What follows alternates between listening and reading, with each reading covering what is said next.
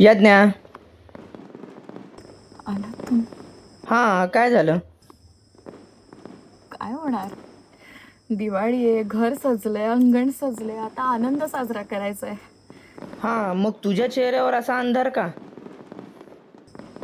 कारण तुम्ही स्वतःचं सोडून दुसऱ्याच कोणाचं तरी अंगण उजळायला गेले. यज्ञा. आवाज माझाही चढतो, किंकाळी माझ्या मनातही उन्मळतीये, पण सणवार पाहून मी शांत बसली आहे ना. आवाज कमी आहे. अगं यज्ञा, तुझा गैरसमज होतोय. गैरसमज? मला वाटायचं माझ्या नवऱ्याची लक्ष्मी मीच आहे, पण नशिबाची किमया बघा ना.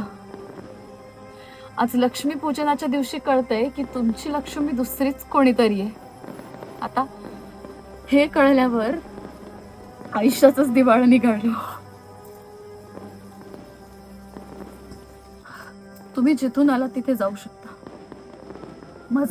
माझं घर उजळायला मी समर्थ आहे. आणि हो, आज तुमच्यासाठी हा शेवटचा शृंगार. या तुम्ही.